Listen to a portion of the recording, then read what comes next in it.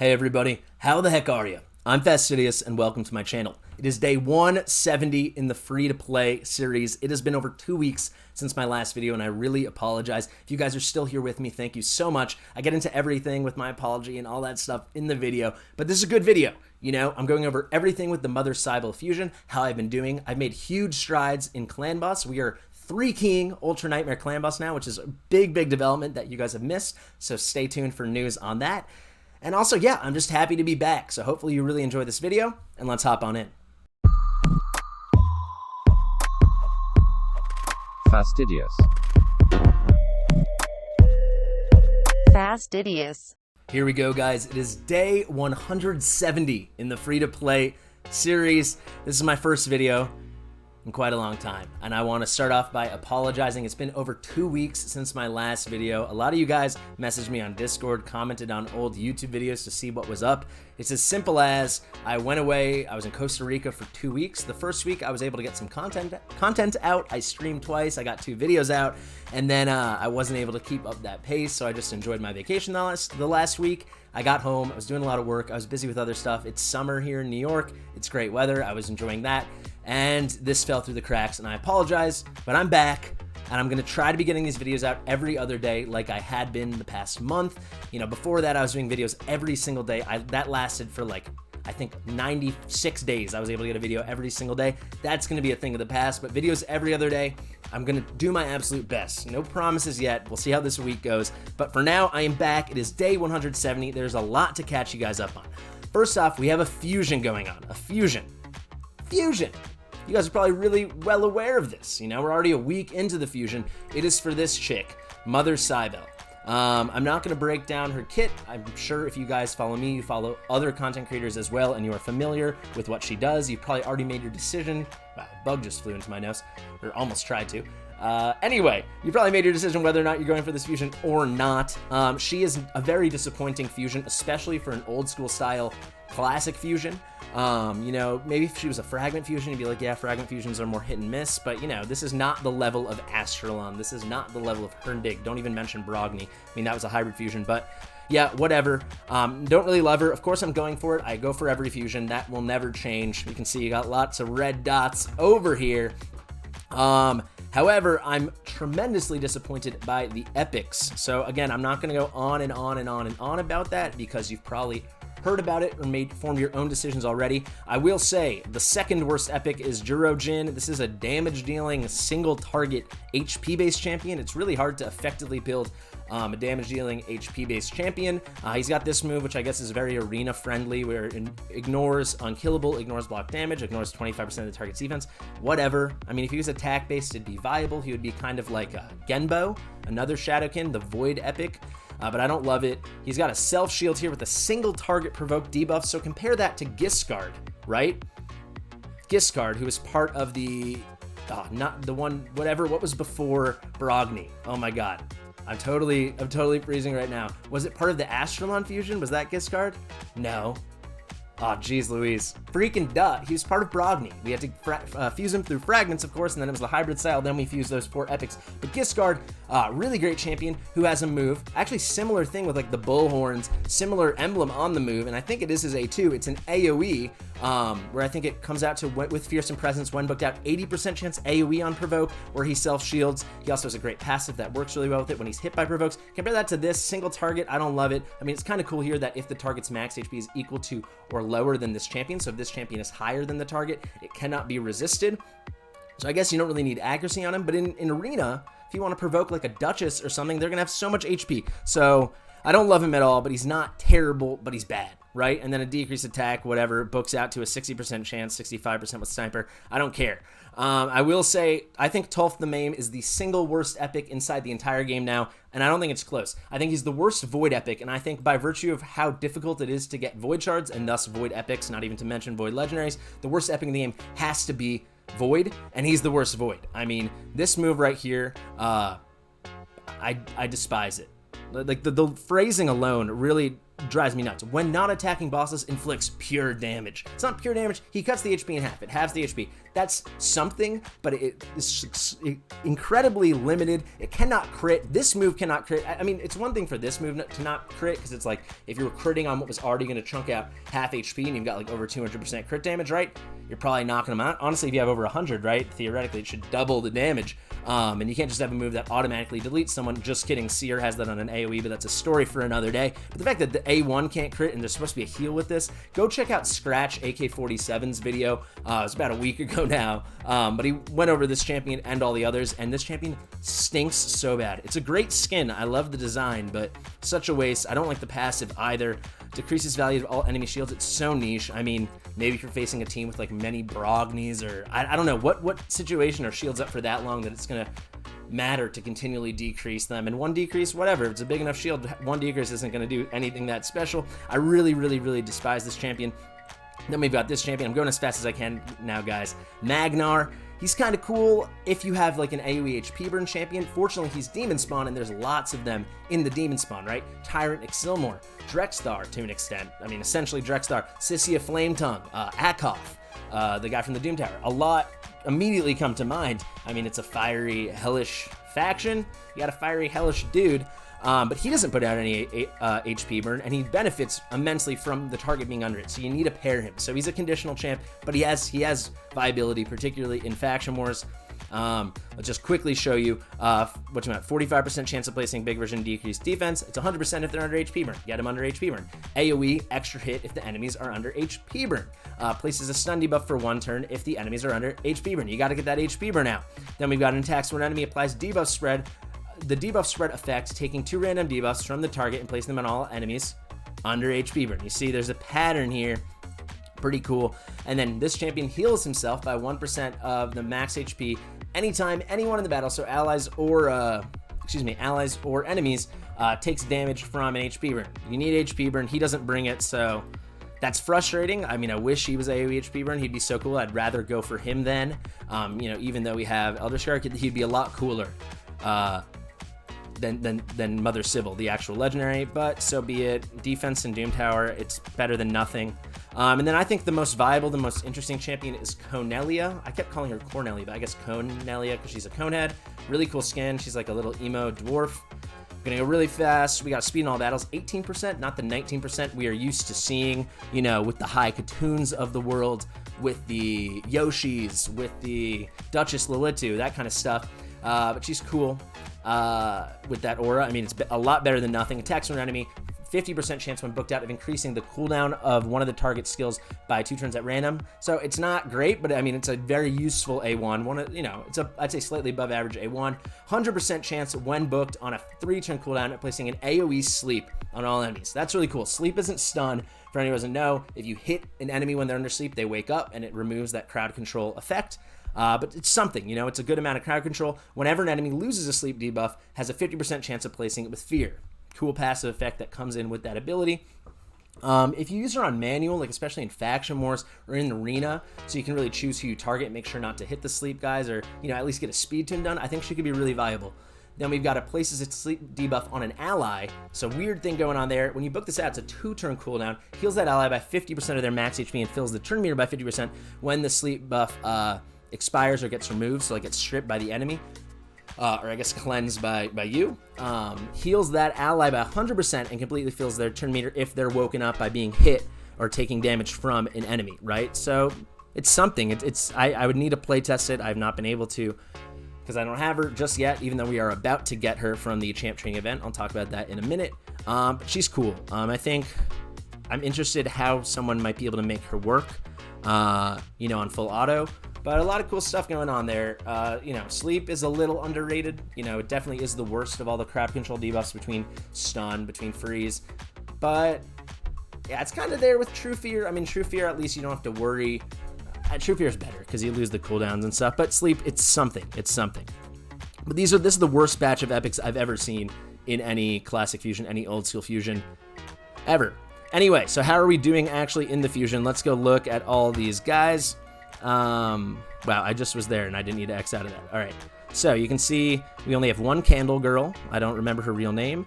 What's this guy's name? Doesn't matter. We've got one Void Angry Night Rev guy. This guy's Hell Freak. We got 3 of him. So we got 3 Night Rev guys, 3 Hell Freaks, 2 Dobby the House Elf on steroids. Pretty good. So we need 2 more of this, 1 more of this, 1 more of this, and 3 more of this. We're performing very well. I don't know if I'm able to show you everything. I have placed in every one of the dungeon tournaments thus far. So that was Ice Golem, which I can still show you, and then the initial, I think, did we start off with Dragon? No, Fire Knight we started off with, I'm pretty sure. But yeah, did well on all that stuff. You can see here, how do we place? Second place, actually, better than I thought. So we can look at that Relentless in a minute. I've been trying to get a bunch of epic books because it's, I don't know, I need the epic books. So I'm trying to get these top rewards, and honestly, people aren't going that hard. You see, you know, I think it was 2,750 points for the epic books. We put up 3,061, so we just went just past what we needed to get the epic books. But look, only 5 people in my group even made it to that threshold. This guy stopped immediately, 3 points after.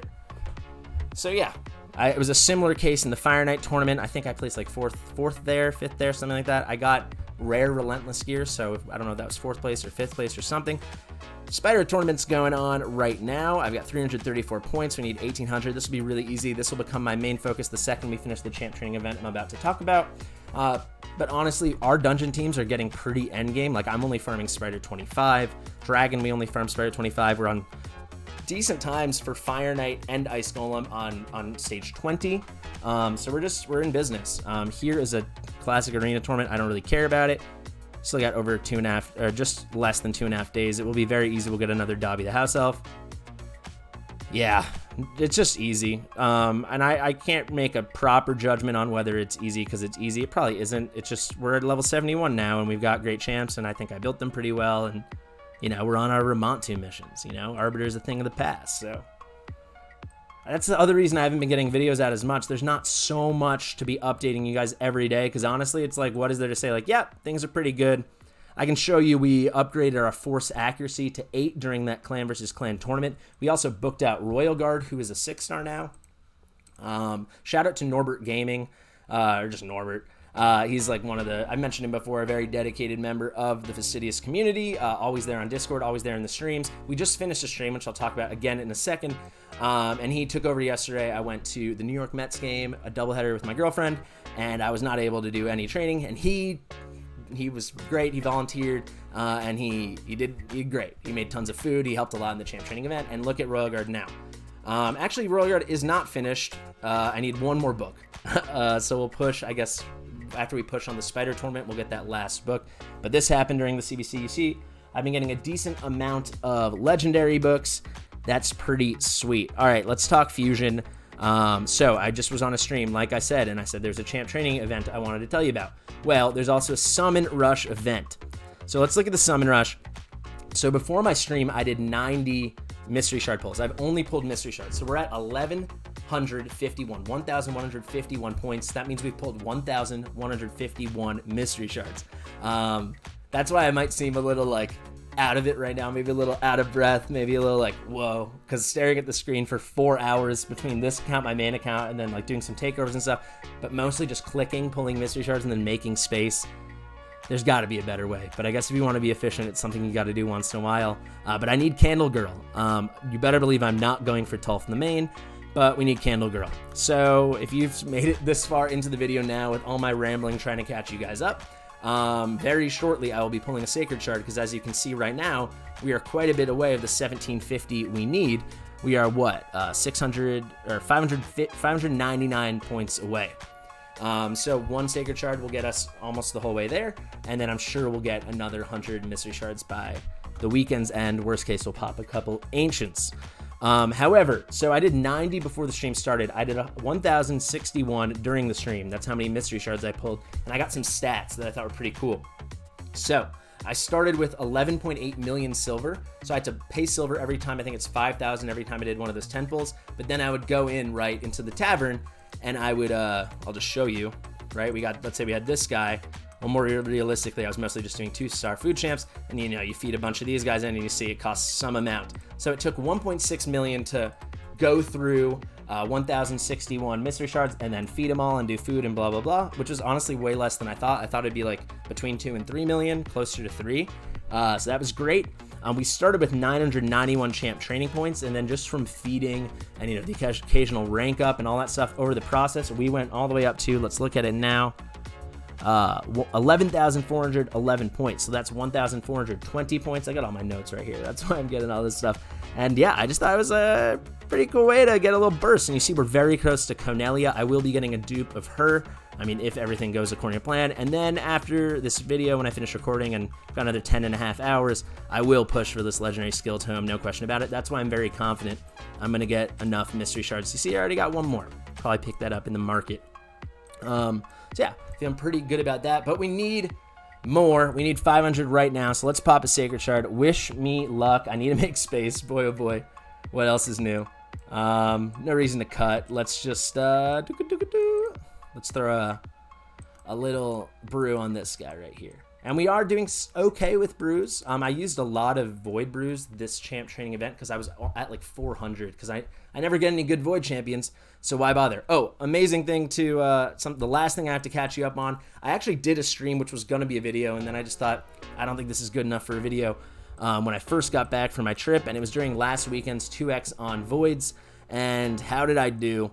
Well, one of them I can't show you because I already fed it to this Broadmaw. We had 20 void shards, and we pulled 2 void epics, no legendaries, duh. One of them was a dupe Broadmaw, which is, we fuse dupe Broadmaws all the time, so it was pretty disappointing, but it was a book for our Broadmaw. And the other one was, am I gonna have to sort by affinity? Yes, I can't find you. The Bannerlord. Let's sort by faction actually, because he is a Bannerlord for sure. Warcaster right here. So Warcaster is a pretty cool champion. Warcaster. Also, I just realized this does nothing by me leveling this guy up. I need to make a spot. So there we go. Warcaster has an AoE, what is it? Block damage, right? Let's look at him in the index. But very unique champion in that, right? Can be used in a lot of those like block damage comps, unkillable comps you see for Clan Boss. However, the last thing we're going to talk about after we pull this Sacred Shard right now is our Clan Boss team, because things are going very, very well. But yeah, look at that. So here's Warcaster. He's got this move right here. You book it down to a Fortune cooldown, AoE block damage for 1 turn. So you can do a lot of cheesy stuff, basically. I think that stuff's cheesy. I think it's awesome. If I had Man-Eaters, something else, maybe I could already do a budget comp with him. I'm not sure. But our Clan Boss team's going really well. But before we get into all that, let's pull this one Sacred Shard. Dedos cruzados. Come on, baby. Just something usable. Something usable. There we go. Epic. Yuck. Thing Cleric. All right. Well, we need the points. That is. I'm glad. I almost did this on stream. I'm glad I didn't, because, wow, what a fart. What a fart. I mean, I will say, he has a res, right? Single target res, but it is a res, and those are great for Faction Wars. Of course, we haven't cleared Dark Elves Faction Wars yet. Actually, that does remind me of another thing. Sacred Order Faction Wars, where you're on the stage 21 boss. That's by far the farthest I've gotten on anyone. I don't think I'll be able to do it until I build out my Armiger a bit better, but that's pretty cool. Whatever, let's talk about Clan Boss. So the last video I put out was when my girlfriend was pulling all those ancient shards for me, and we got Geomancer. He is hiding. God, am I gonna have to make another flipping? You know what? Let's just buy 10 more spots, honestly. Who cares? YOLO. Let's get Geomancer out to play, and I'll show you what we're working with. Let's get all our Clan Boss team out to play. Let's get all the usual suspects. Where are you? Where is this guy? Here he is. We got Herndig out. We got this guy. Here we go. Sweet. I put everyone in because I was pulling so many things. I had like in my roster it's like 19. That's what you're looking at here. But Geomancer, I was on the fence. He is so awesome. So I hope you guys went for that pity where if you pulled 40 ancient shards, you were guaranteed that if you didn't get him before then, the 40th ancient shard would be Geomancer. But he hits hard, and this move, we never had a weaken, so now we get a weaken, so everyone's hitting a bit harder. But this move, when he places his own HP burn on every 3 turns, because we booked him out, we booked him the whole way except for the A1, but I don't want to do that because I don't really need more chance of decreased accuracy. But this, the decreased damage from all, decrease the damage all allies receive by 15% and deflects that damage onto each enemy under an HP burn placed by this champion. Wow, I can't talk, guys. It's so good. He puts out so much damage. He gets over 10 million damage on Ultra Nightmare Clan Boss, which is very much where we are. And when he's attacked, it's 30% of the damage instead. So with the AoEs from Clan Boss, he always is attacked. So he's putting out, he's reducing a lot of damage for everybody, even more for himself, and he's deflecting a bunch. And he has that same quirky thing as Brogni, that reflected damage, that deflected damage, as they phrase it for him. It can proc Giant Slayer, so I have done his full masteries. And he's awesome. He's awesome. So I might have a screenshot and I'll put it up, but I've done so, I mean, I've had like a week of running this team. I'll just show you the team really fast here. But we've now 3-keyed every single affinity except for Void, I guess, but Void's never even available with the clan I'm in. I'm actually in a new clan. I should say that as well. There's a lot to catch you guys up on. It's the Soul Forge. We're ranked 367. We just lost our CBC tournament because we were in tier 6. We went up against like a top 100 clan, but did great. The clan's doing awesome stuff. I'm very happy to be here. You see we've cleared every single like mission except for the Minotaur one and the Buy at the Market one. But yeah, so I'm a UNM guy now. The Fastidious YT account, we're doing Ultra Nightmare. And I'll show you how many keys have I put in today. We're still waiting for another set of 2, but how many I got? So you see, I've done 2 keys and I'm at over 27 million a key on Magic Affinity, which was never our best affinity, against Ultra Nightmare. This has been full auto. I think one of these keys was like 30 point something. The other one was like 24 point something. We range on all affinities anywhere between 22 million full auto to 31 million. I think 31 million is the best. I think it actually Magic Affinity is our best. The only person that's weak there is Deacon, but Deacon, he does well for himself. He goes so fast, he has lots of chances to heal up. It's not a perfect comp. It is not speed tuned, and yet somehow we can't do a 3-key every time, but we can do a 4-key every time, all affinities. We have 3-keyed Spirit every single time that we've tried since we fixed the comp. Or Spirit every time but 1. Magic, yes, every single time. Force, we only did it once, but very close. We've got a lot of times where we had like 67 million after 3 keys, 68. It's super reliable. We're not getting less than like 22 million ever. So the comp's really cool, and there's definitely a lot of room for improvement if I can fix the speeds. If anyone wants to hear more about this, I can elaborate further in another video. I'll show you not even a great build. You see I've got general tankiness on him. Only actually could use more HP, could use more everything. I put a lot of damage on him, let's be honest. 213 crit, got a lot of accuracy that we need, and he's kind of fast. I mean, yeah. The other thing I'm thinking about, I've talked about this a lot with Archer, another member of the community, another member of the Discord, who is convinced I need to take Brogni out of Relentless gear. Let me know what you guys think in the comments. I just think it's so valuable having him in the Relentless gear, and the gear he's in is so good. Like, look at these. Look at this. I love it. I love this stuff. I mean, is it the best in the world? I mean, it's really good. I'm just happy with it, and I don't really want to mess up a good thing, and Brogni is the star of the account. You're all caught up to speed. That's everything. I apologize that this video took so long to get out. Let's wrap things up the old-fashioned way. Wow. I was gonna say with an arena battle. I'm not gonna waste this this throwaway page. Maybe this. It looks like a bots page, right? But why don't we try this crazy Arbiter Rio team? So the teams I've been running are either Elder Skarg in this spot or Herndig. Herndig is like another nuker who also can put out decreased defense or weaken, depending on how I want to set him up in the team setup with the saved AI functions and my presets. But if I'm ever facing at least 2 legendary champions, I rock Elder Skarg, because with his A3, he increased defense on himself, AoE fear, but then against legendary champions, he places a provoke. He also, if they have got a shield set up or something, he'll place a big version decreased speed on anyone with a shield. So if anyone's wearing Divine Gear or if someone's wearing a shield set and they've all got shields, pretty cool stuff. So I'll just show you how the team works. However, I think Brogni maybe finally will leave this team once my next 6-star, which I probably finish later today, is going to be Arbiter. We're almost done. I just need to level up a couple more food champions to 40, but I've got the food to then bring them to 5 stars. But yeah, then maybe we'll be a bunch of speedy guys over here. Yeah, so this actually turned out to be a really easy team. So they've got Arbiter, but they were slow. Yeah, guys, thank you so much for watching. And if you're watching this and you we're still waiting for my videos after all this time, I appreciate the loyalty. I hope you are subscribed. If you are not, please do it. We are, at the time of this, 169 subscribers away from 1,000, which has always been my goal. Anyway, guys, I'll see you in the next one. Thanks.